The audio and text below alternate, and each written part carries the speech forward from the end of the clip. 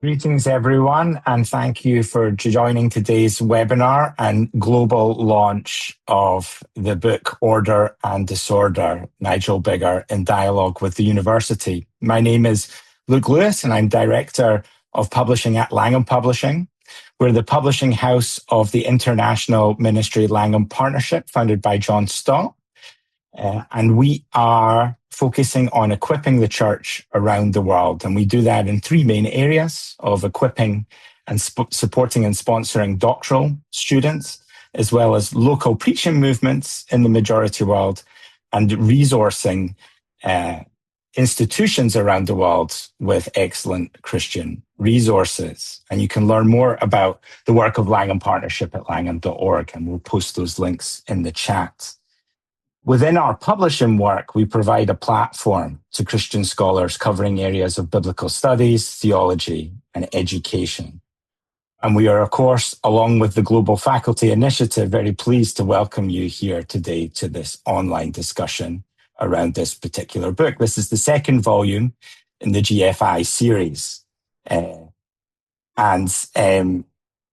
During today's gathering, we're going to be posting several links in the chat, but we also welcome you to post some of your questions that you might have for the hosts or the panelists in the chat window, and we're going to try our best, if we have time, to respond to some of those questions.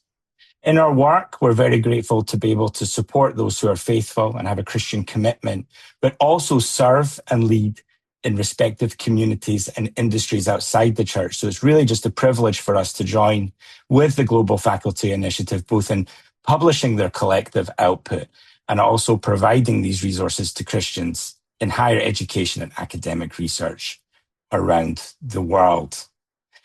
But to further that point, and on behalf of the Global Faculty Initiative, I would like to invite and pass over to the convener of the Global Faculty Initiative and also co-editor of the series, Dr. Terry Halliday. Terry, over to you.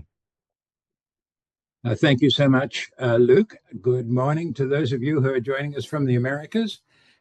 Good afternoon to those of you who are in Europe, Africa, and the Middle East. And good evening to those of you in Asia and Oceania, and hopefully a few in the land of my birth in New Zealand. As Luke mentioned, I'm Terry Halliday, convener of the Global Faculty Initiative and a professor emeritus in sociology and law here in Chicago. We welcome you from GFI to this webinar as part of our series, Cross-Disciplinary Encounters with Theology. And we're delighted to be publishing this series with Langham Global Library, which has an extraordinary presence in Christian publishing, particularly in the Global South. GFI is a global network of some 200 professors, principally in research universities on 6 continents. And our mission is to bring Christian thought into the heart of scholarship and academic institutions. And we do this by equipping Christian scholars to think, to use their Christian minds about every element of their scholarship and the academic vocation. And to do this, we have developed a distinctive method, and that is to host dialogues on faith and scholarship.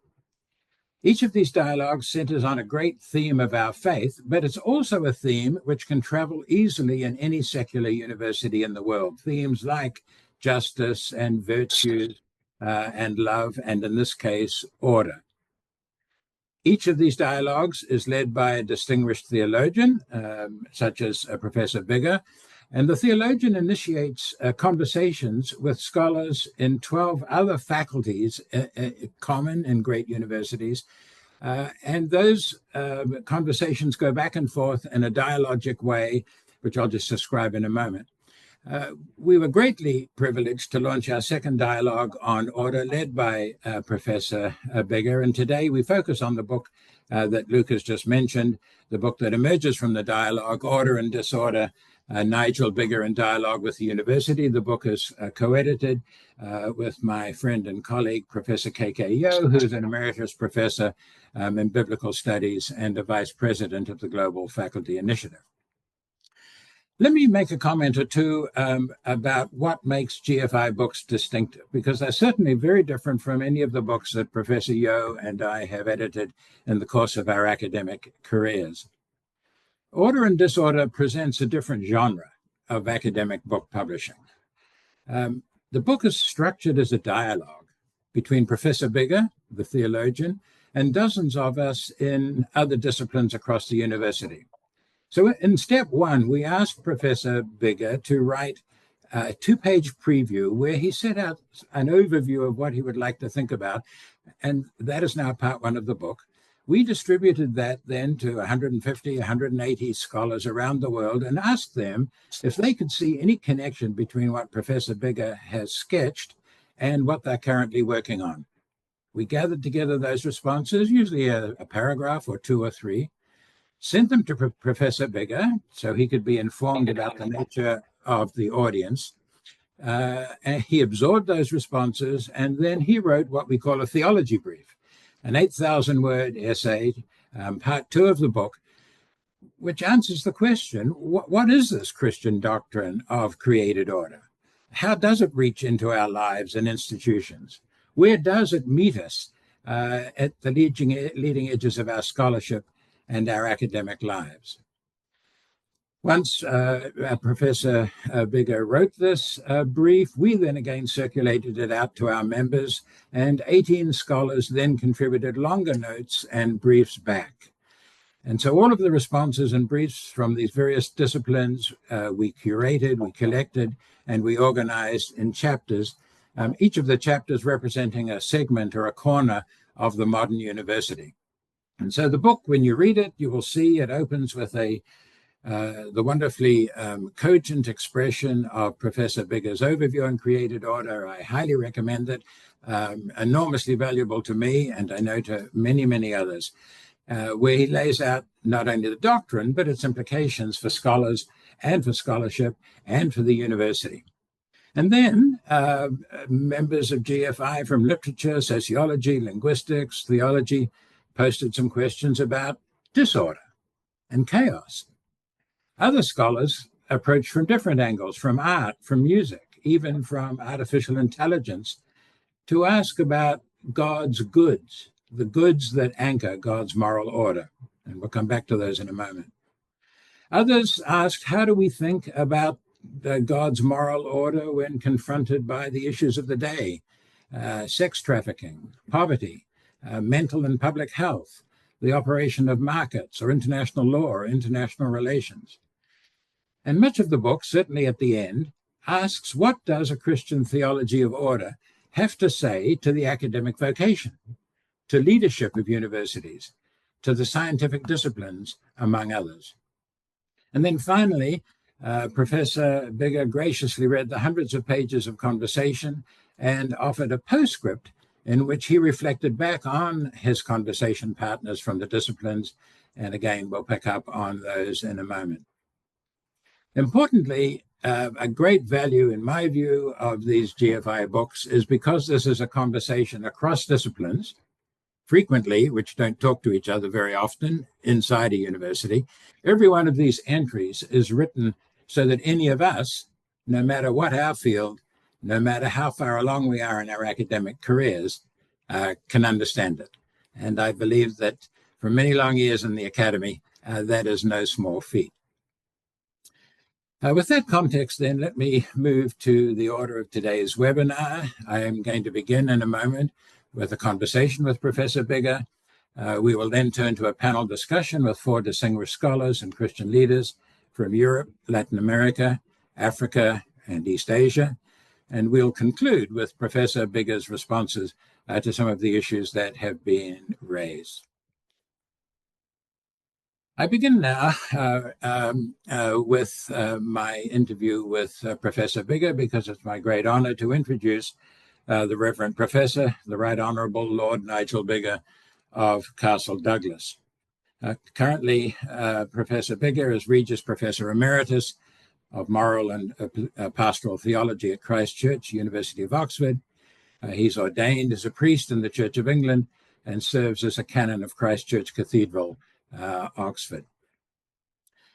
Lord Biggar was an early and enthusiastic supporter of the Global Faculty Initiative, and he served on GFI's convening panel from our beginnings in 2020. And so we are most grateful to him for that service. Professor Biggar, welcome to the webinar. Thanks very much for having me on. May I begin by asking a question that I'm sure many others will have asked as well. You say in the book that just as God created a natural world that can be objectively studied, as we do in the sciences, God also created a moral order that is objective. So this idea of an objective moral order doesn't fit easily with some of the ways many of us in our fields approach their scholarship, or indeed even our lives. In what sense is the created order objective? The first thing to say, Terry, is that belief in an objective moral order is a basic requirement of Christian belief. We Christians, we believe in one God who created the world, and part of the meaning of that is that the world has its root in a singularity, not in a multiplicity of sources. There is one God, one intelligence that created the world, and therefore the world reflects the coherence, if you like, the order of God, certainly physically, but also morally. And in the Bible, of course, the handing by God of the Ten Commandments to Moses on the Mount Sinai is a narrative illustration of the fact that Moses, the human being, receives a set of moral principles or laws from the hands of God, and those laws were not, as it were, invented by Moses. They were prescribed by God and given to Moses. So I think it is a basic moral implication of Christian dogma that there is an objective moral order in the world. Now, of course, that has become unfashionable in the last 50 years, maybe 60 years in the West.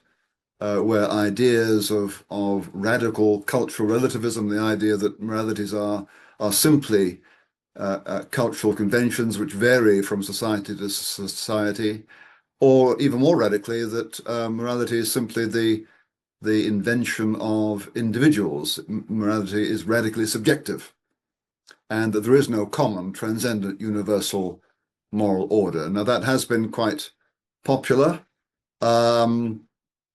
Until quite recently, more recently, even moral philosophy, which gave birth and momentum to ideas of cultural relativism and moral subjectivism.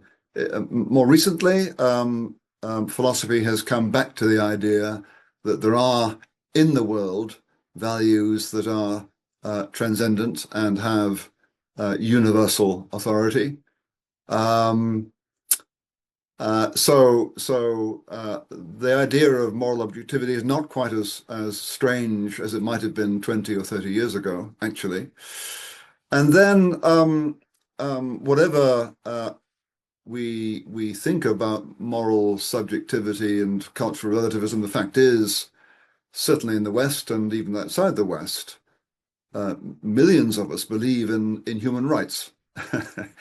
And we believe these things are things that are owed to human beings because they're human, not because they're Chinese or English, not because they're Nigel or Terry, but because they're human. That's to say, these rights are universal. So the idea of things that have objective moral authority universally is not strange to us at all.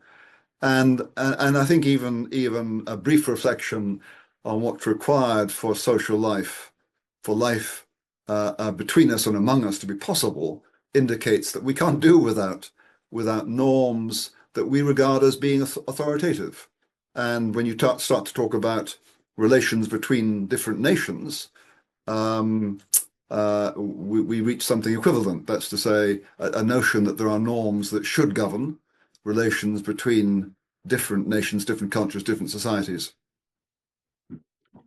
One of the powerful features of your essay for me is that you write that that a moral order, this objective moral order, defends or promotes what is good, what causes human beings to flourish.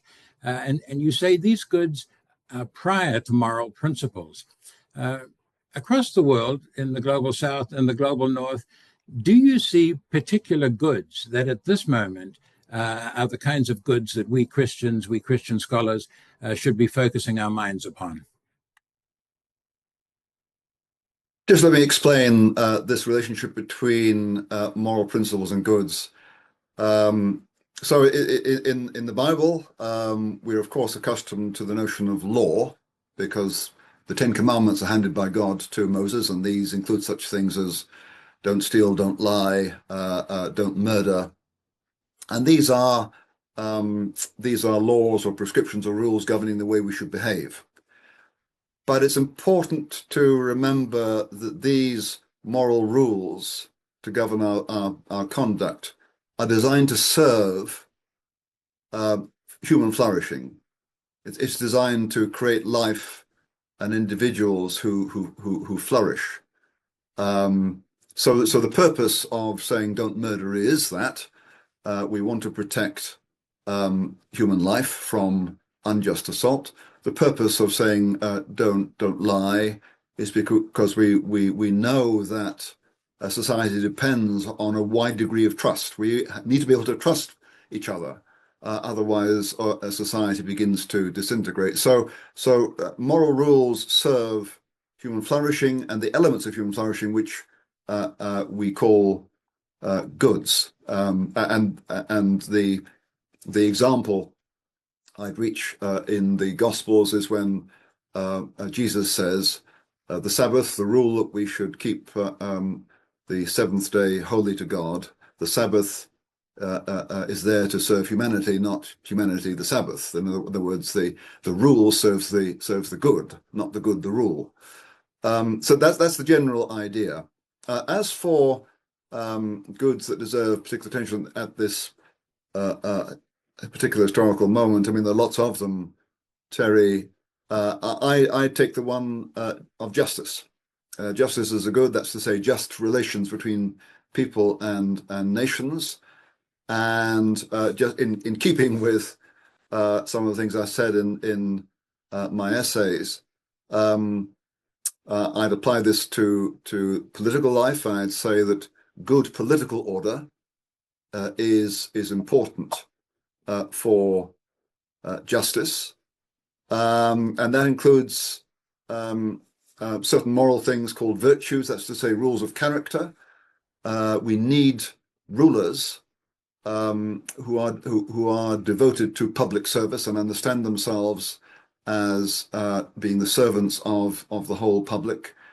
And therefore, following from that, there's the moral rule that those who are in charge of government, those who rule, they are there to serve the ruled, not to use their privileges to exploit their privileges for personal gain, for example, and they're there to display virtue in the form of a devotion to public service, personal integrity, because there are lots of states in the world that suffer from political corruption, a lack of personal integrity. In fact, all states suffer to some extent from those evils. So that's one instance of a good justice that generates certain moral principles of virtues and rules that all states sometimes lack, and some states lack very badly indeed.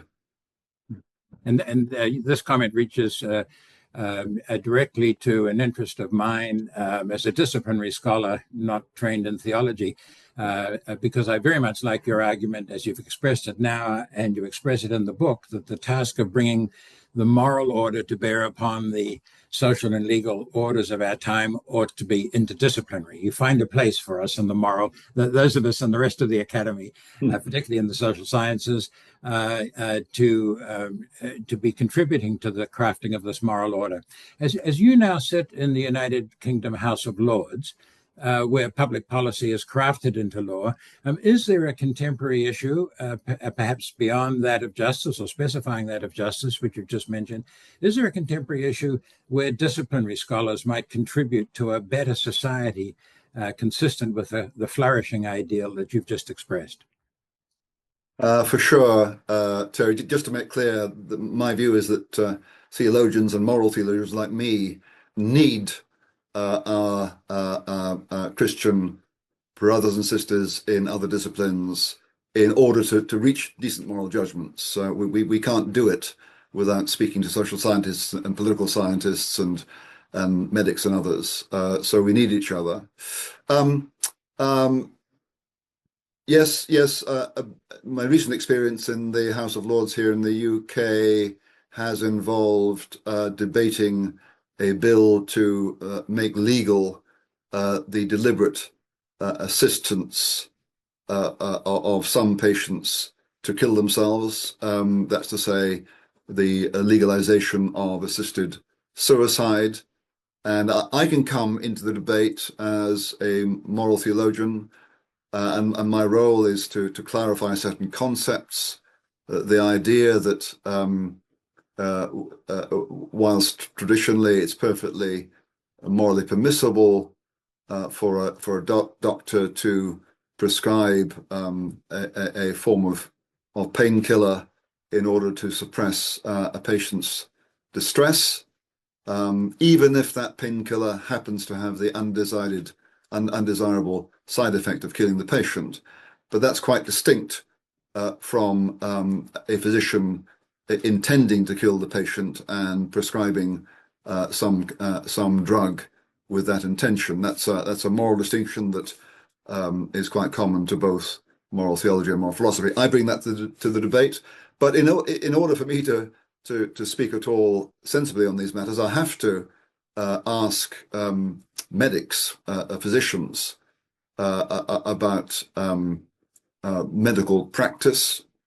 One of the issues to do with the debate in the House of Lords has to do whether it's possible to determine whether someone is likely to die within 6 months, because the bill prescribed that as a condition of eligibility for assisted suicide, and the word from medics is no, it's not.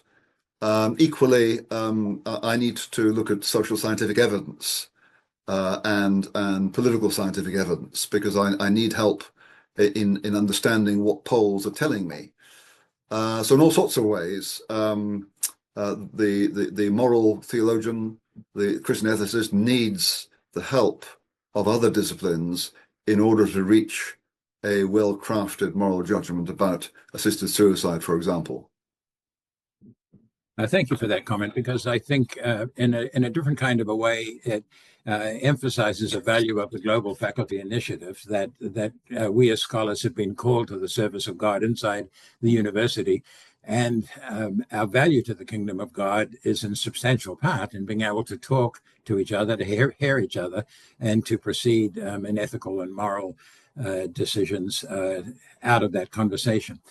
I'd like now to widen the conversation as our panel of 4 distinguished scholars engage with Professor Biggar, and then we'll come back at the end for some further questions for Professor Biggar. Our panel comprises Professor David Baer, who's Professor of Old Testament and Biblical Languages at the Biblical Seminary of Columbia, the Reverend Dr. Bethan Willis, chaplain of the Oxford Pastorate, which has been a close partner of GFI in Oxford, Dr. Osam Temple, president of the Society of Christian Scholars in Africa, who was a contributor to our previous book on justice and rights, and Professor Daniel Chua, who's the chair professor and professor in the Arts Department of Music at the University of Hong Kong, and is a member of GFI's convening panel. Professor Baer, maybe begin with you. As I look at Latin America through the eyes of my work on the rise and fall of political liberalism, it almost seems as if the history of the continent is caught as a kind of an order-disorder swing, a great swings between calls for strong political orders and yet resistance against those orders. Do you see any kind of tension between order and disorder from your residence in Medellin, Colombia? Yes, Terry, thank you. And your assessment of that swing is certainly appropriate, at least in the last 50 years. Across the region and in the aggregate right now, we're seeing a swing towards the right. And some would argue a stronger right than we've previously seen, a fiercer right, perhaps, than we've previously seen. In Colombia, where I live as a guest, not as a born Colombian, but as a long-term guest, we see that in microcosm every 4 years over the past 3 or 4 four-year presidential terms, we've swung in the opposite direction. In August, we will inaugurate a president who is from a farther right, a more ferocious right, if I can use that term without being overly pejorative about it, than we've seen in Colombia previously. So your assessment is certainly the case. The right tends to be relatively synonymous with the discourse of order, and the left tends to be equally synonymous with the discourse of disruption, the discourse of certainly a discourse of justice. So these swings between order and a questioning, a strong thrust for something other than order as it's been known, is certainly part of the political moment and of the political period in which I've lived certainly during my time in Latin America. And for that reason, this book is quite self-evidently relevant and appropriate to the decisions that we're making, the lives that we're living as political animals and political tribes, perhaps, in Latin America and in Colombia in this period. And how would you see the book contributing to constructive discussion about these issues? Because we know in some of the countries in which we reside, once one begins discussing these issues, frequently there's rapid polarization and a heightening of emotions, and rational discourse disappears fairly quickly, certainly discourse grounded in Christian value. Can this book help grapple with the very issues that you're pointing to? I think so, Terry, and my mind is swimming with ways to use this book in my own context in the Biblical Seminary of Columbia in the immediate and midterm futures. I think what it does, potentially, what it offers us, that is the opportunity to have a concept far upstream of that point where our political passions come into sway. And the primary concept, we've already heard about it today from Professor Biggar himself, of the idea of a given order that in the divine intention is bent in the direction it's intended for human flourishing, provides a concept in which many of our political inclinations and some of our political passions ought to be able to find a home, it seems to me.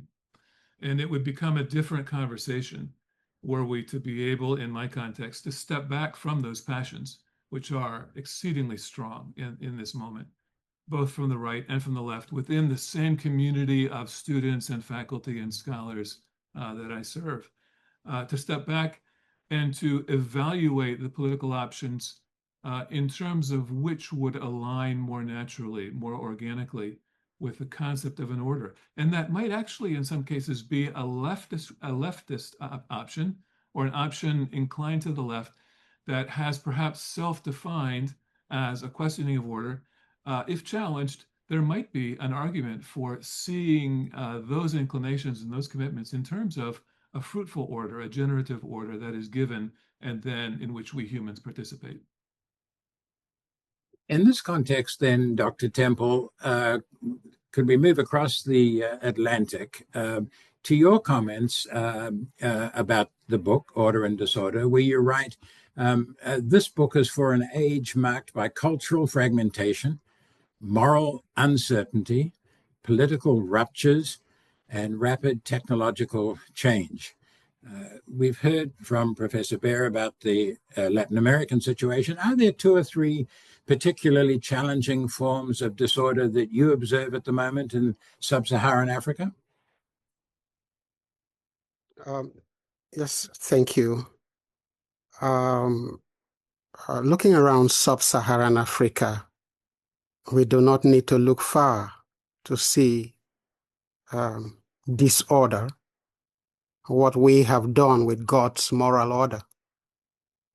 We encounter political instability, corruption in government,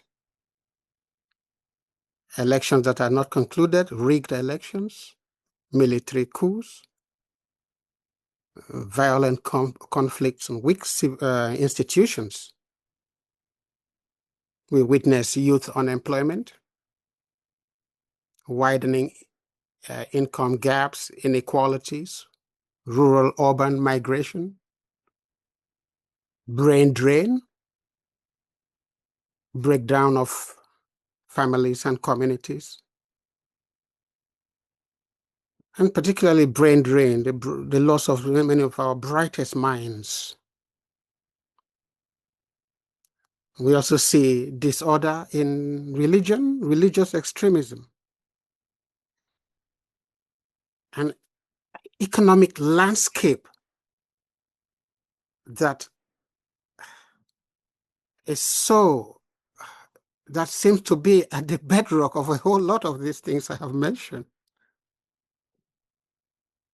So, and then there is also the environment, deforestation, depleted soils, irresponsible extraction of natural resources. Then as a result of this desertification, the Sahara Desert spreading. And so there is increasing competition for land and water. So all of these are some of the ruptures in sub-Saharan Africa. And do you see this? Yes. Excuse me. Do you see Professor Biggar's formulation of an objective moral order as a sign of hope in responding to the very maladies of society that you've described? Yes. Very importantly, what Professor Biggar has written on this GFI approach is an invitation to a conversation in which so many people have been, so many voices have been silent. Too often, the conversation about Africa's future is dominated by politicians, business people, or radical Marxist or socialist ideologues. The question is, where is the distinct Christian scholarly voice? Where are the scholars who think deeply about God's order? So this book challenges Christian academics because it's an invitation to Christian scholars in different disciplines to contribute to the discourse. And as we know, well, the church needs pastors, society needs statesmen, but Africa needs Christian scholars, women and men who can faithfully integrate biblical wisdom with rigorous research and who are prepared to shape public policy, influence institutions. This hasn't been part of our culture, our Christian culture. And so this book, Order and Disorder, is an invitation for a conversation that could go very far, that could make us be imaginative, creative, because the conversation so far is like Africa is suffering against the background of a colonial order. And when you look at it from the surface, you see the logic of this kind of narrative. 400 years of slavery. After that, colonialism. After that, post-colonialism. And then there was the World War. After the World War, the Bretton Woods Institute, the IMF, World Trade Organization, and all of these institutions that run the world today were put in place before African countries were granted independence. And so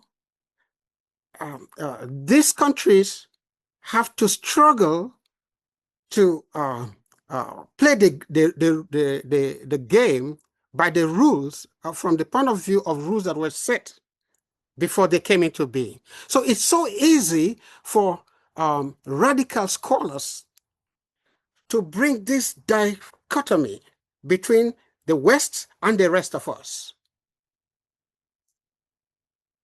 But we know as Christians that behind all of these ruptures is a spiritual rupture that afflicts all humanity. And so I believe that this book is inviting us to have a conversation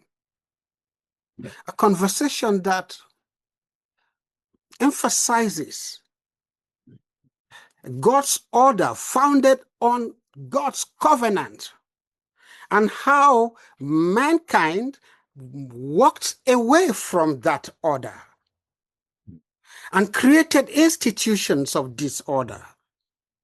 And that is not about one race or the other, or one continent and the other. It is about what is God's covenant. And at this moment, Osam, may I just break in, because it's a perfect segue to the question I have for Dr. Willis, who has been working with scholars in formation at the University of Oxford, and at the early stages of the GFI dialogue on order before the book, Dr. Willis led several study sessions, if I remember rightly, with Oxford graduate students. And following on from the point that Osam was just making, I recall that you were inspired to start the series with rupture, or not with order, but with chaos. And in fact, do I remember rightly that you advertised the series as chaos and order? So why did you emphasize chaos? Yeah, well, it's a great question. And I think there's two reasons which draw on the things that David and Osam have already said. So firstly, that the generation that we're speaking to, this younger emerging kind of academic group, they see a lot of chaos in their own lives, as we've heard about in South America and in Africa, and the Oxford group are drawn from around the world, but also in the West, those challenges of employment, politics, global affairs, the environment, etc. So huge challenge and a sense of chaos in their present and in their future. How are they going to lead into that? How are they going to be thinkers and cultural leaders in this time of real disorder around them? So that's one of the reasons. And then I think the second is really that there's also still this underlying suspicion about the idea of order and its relationship to power. And that's because when we use the language of order, people are often thinking about human orders and those kind of injustices that have been done. And so many disciplines are concerned with critiquing human imposed orders, which have or seem to have been oppressive or unjust. So using the language of chaos and disorder as well just opened up the conversation into more dimensions, I suppose. And so one question that we asked the students and the researchers was to think about whether their discipline was primarily concerned with discerning, constructing, or resisting order. And that just kind of opened up the conversation a little bit more and helped them to make the links through to their own disciplines. So we had English students, philosophers, scientists, a whole range there. And that meant they could make the connections more immediately to their own work. And so beginning with disorder, chaos, rupture, did it in effect have the effect of sharpening interest in a Christian doctrine that I think many of us might find rather remote, and that students may never have thought about it before. But was this a way in, and did it become sort of meaningful at a whole new level? I think so. It did. It allowed them to kind of own some of the problems they might see themselves around this language of order. And it just helped them to do that integration work, which is so essential to what you're trying to achieve with GFI, isn't it? To really draw this into the center of their own scholarship. So we had English students, for example, thinking about how they're discerning order within Anglo-Saxon poetry. What are they doing there? And a philosopher talking about discerning order in the world in some sense, but also thinking that actually in practice they were primarily preoccupied with deconstructing previous attempts to discern reality. So there was a lot of kind of deconstruction, perhaps disorder, that they were bringing into their work there. And then scientists thinking about how they discern order, but also do that in provisional and proximate ways, and couple that with a sense of creativity as well. And some of them are discerning actually disorder in the world as well in what they're seeing. So it was just opening up different avenues of thought for people, and then relating that back to the bigger concept of kind of created order, moral order, in relation to your work at Oxford is very exciting to the rest of us insofar as you're really demonstrating that this is an issue not simply for distinguished scholars at the height of their careers dealing with very abstract categories. This is something that everyday students in any university who are being thoughtful about their fields can bring a great Christian doctrine to the immediacy of the particular work that they're doing. And so we're very grateful for the ways in which you've been pioneering this kind of graduate student postdoc work with these dialogues, as we've been doing elsewhere with faculty. Professor Chua, may I now turn to you to bring a question that Professor Biggar has commented on. Your chapter in this book has a tremendous scope because you write of order, bringing order from the cosmos to humanity, and bringing order in music into startling conjunction, which I found very exciting. So you're a musicologist, and you make the striking statement that music was seen both in the Confucian tradition of ancient China as well as in the Pythagorean tradition that shaped Western and Christian thought. And you use this expression, you say, a harmonious mathematical order that was simultaneously scientific, aesthetic, and moral. I can see the aesthetic, certainly. I'm intrigued by the moral. In what sense is music moral? Yeah, it's a tricky question, really, because today when we think about music, we always think of it as something that we consume. I think Steven Pinker calls it auditory cheesecake, which is not very moral, because it's something it's a guilty pleasure, really. But in the past, of course, music was this cosmology. Humans didn't so much compose music as it sort of composed us. And I think it's best to think of it in the ancient way as the good, true, and beautiful. So obviously music is aesthetically fitting, so it's beautiful. It's also scientifically true. It's objectively true that it has laws and it has, ratios and so on.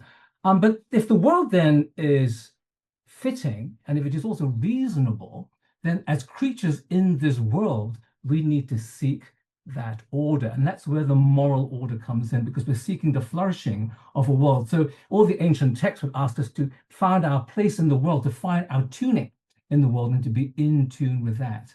And in the ancient Chinese tradition, in Confucian thought particularly, that moral order was called joy. And this is because the Chinese character for music and the Chinese character for joy is one and the same. So music is joy and joy is music. But this joy wasn't the kind of joys that we have today, like eating cheesecake. It wasn't that kind of sort of pleasurable thrill. Joy was more like a kind of disposition. It was a way of being in the world where things were just right, just in tune. So we were supposed to be in that ancient world, people who sought that state of equilibrium, of that joy. I think the most easiest way to think about this in modern terms is the word homeostasis. You're trying to find the optimal condition within your environment to maintain what is good, true, and beautiful. So if you were the emperor of China, your job wasn't to seek power as order, but joy as order. And that's the musical order that I'm talking of in that book. Well, could I pick up on another point that you touch upon that directly relates to Professor Biggar's theology brief? I live in Chicago, and we like to think that Chicago is the center of the universe for jazz. Can jazz be seen as a kind of a sophisticated kind of disorder or freedom? So you break up a melody, or you surprise the listener, or you surprise the trumpet player surprises us all with a breakaway from expectations. So is disorder frequently an integral part of this kind of musical order? Is it a kind of freedom? Do you see it as exemplary of the way in which freedom can be associated with order, even though order, as was earlier said, can be seen as a very conservative kind of a thing?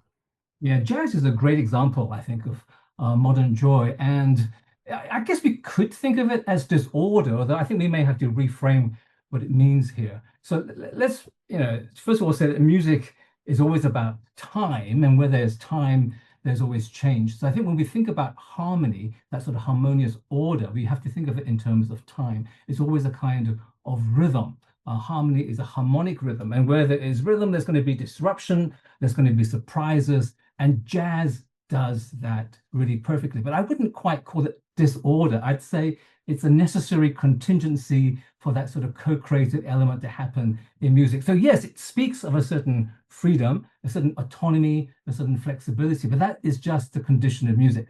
So we often say in jazz that you can't really play a wrong note or make a mistake, because what you do if you're a really good jazz player is that you take that mistake and you'll improvise around it and you'll make it right, because there's always a new rhythm that will inspire you to move forward. So I think in that sense, jazz is a great definition of modern joy. And what you call disorder, I would call a kind of a disruption that leads to new things, a new way of thinking about the world, and new ways of imagining joy as an order rather than as a disorder. Maybe the other thing I should say is that joy as a condition can take in suffering.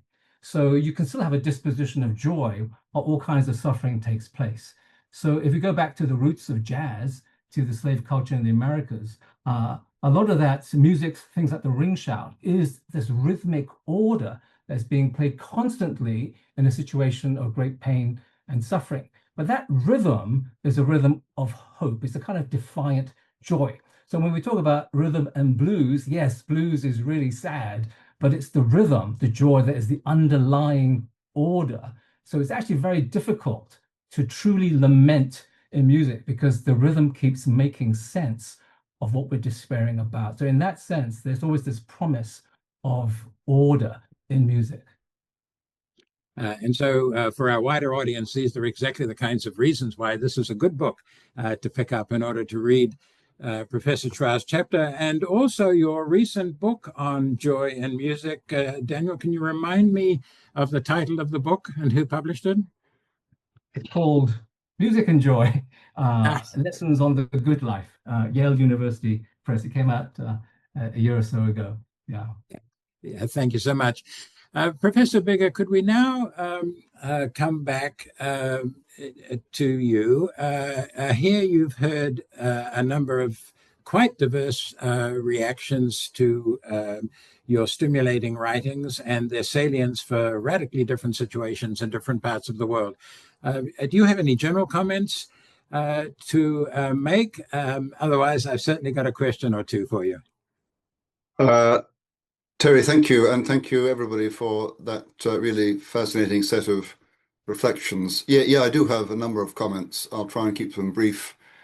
First of all, with reference to what Professors Baer and Temple were saying about order and disorder, it was said that, rightly, that we tend to associate order with the right. That's something the right tend to put their weight on.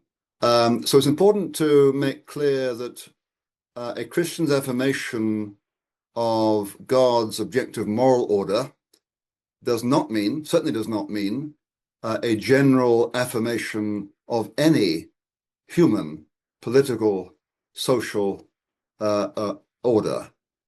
Indeed, in the medieval period, when talk about natural rights first began to appear, the reason people talked about natural rights or natural law was to be able to say the emperor's or the pope's interference with this community was unjust, that this community had a natural right to freedom from interference. And then later on in the 16th century, you find some Protestants talking about the natural right of a people to rebel against a tyrant. But the whole idea was you're appealing to a moral order above the human status quo. So really, this notion of objective moral order is not necessarily a conservative thing. It can legitimate a rebellion against the status quo. That's the first thing to say. Secondly, referring to Professor Willis's comments about order, control, and power. I mean, I recognize that currently the influence of the French philosopher Michel Foucault is very broad, it's very widespread, and that control and power tend to be assumed to be bad things.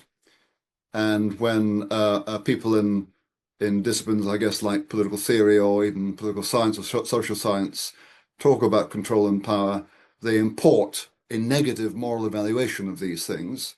Now, of course, control and power can be unjust, but my critical reaction to Foucault is no, not always. They can sometimes be just. And in fact, without just control and power, we have chaos. And in chaos, the weak plunder, the strong plunder the weak. So I want to talk up the fact that control and power sometimes can be just, and in fact, just control and power is extremely important. Then finally, Professor Chua's very interesting remarks about beauty and morality, and I'm very sympathetic to this, and I appeal also to the ancient equation of truth, goodness, and beauty, because I've long thought that examples of moral heroism, not least that of Jesus, are persuasive because they're beautiful. And it's difficult to explain why they're persuasive except to say so. They have a moral beauty about them. And certainly if we want to inspire young people or anybody morally, then telling the beautiful stories of moral heroes is far more effective than getting them to memorize moral rules. And then the final remark I'd say is with regard to this idea of improvisation. We can tell improvisation, musical improvisation, for example, from a child hammering the ivories randomly. Improvisation is not random. It is free and creative, but there is, I think, an order in there. There are certain principles that control and govern the freedom. So the last thing to say is that no, order and freedom are not opposites. They need each other. Our time is almost gone, and I wonder if you might take a moment or two to reflect on now what's been a long journey with this dialogue from the first time we talked about it in your study in Christchurch to this present moment. Are there one or two takeaways that you have either from the dialogue as a whole or from the exchanges of the book that might be a valuable stimulus to wider audiences to take hold of this concept, to take hold of the book, and to bring it more fully into their Christian minds? So, Terry, I mean, I think my general conclusions are that, as I've just said, we shouldn't think of order and freedom as opposites. Order contains freedom in the sense of both limiting it but including it. I also think absolute freedom is not desirable. Absolute freedom is chaotic, and chaos is makes social life quite impossible.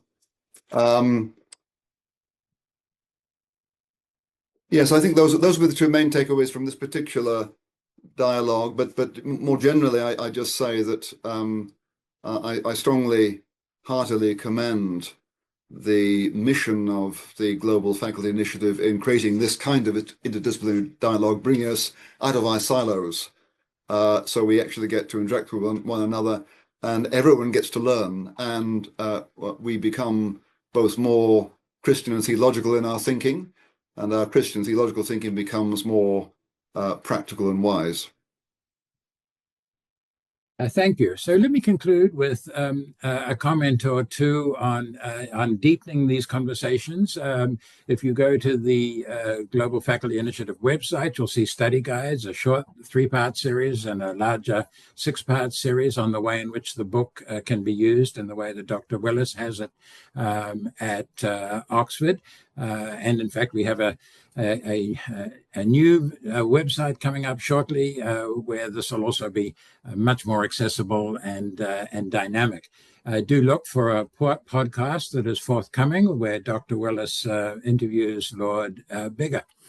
Let me then express my grateful thanks to the panelists for superb contributions today, and particularly to Lord Biggar for his tremendous leadership in this project. To our audiences, do peruse and buy the book. It's ideal for faculty and postdoc workshops, as we've seen in a number of countries. It's perfect for doctoral workshop series, as we've seen at Oxford, here at Northwestern University, and in other places. And not least, thank you all for joining us. It's been wonderful to be part of this conversation with you, a global conversation about an enormously important topic and a process that we think is integral to great research universities and indeed can be exemplary of the way in which dialogue and conversation can set a Christian standard for the ways in which university discourse can be conducted. Thank you all, and God bless.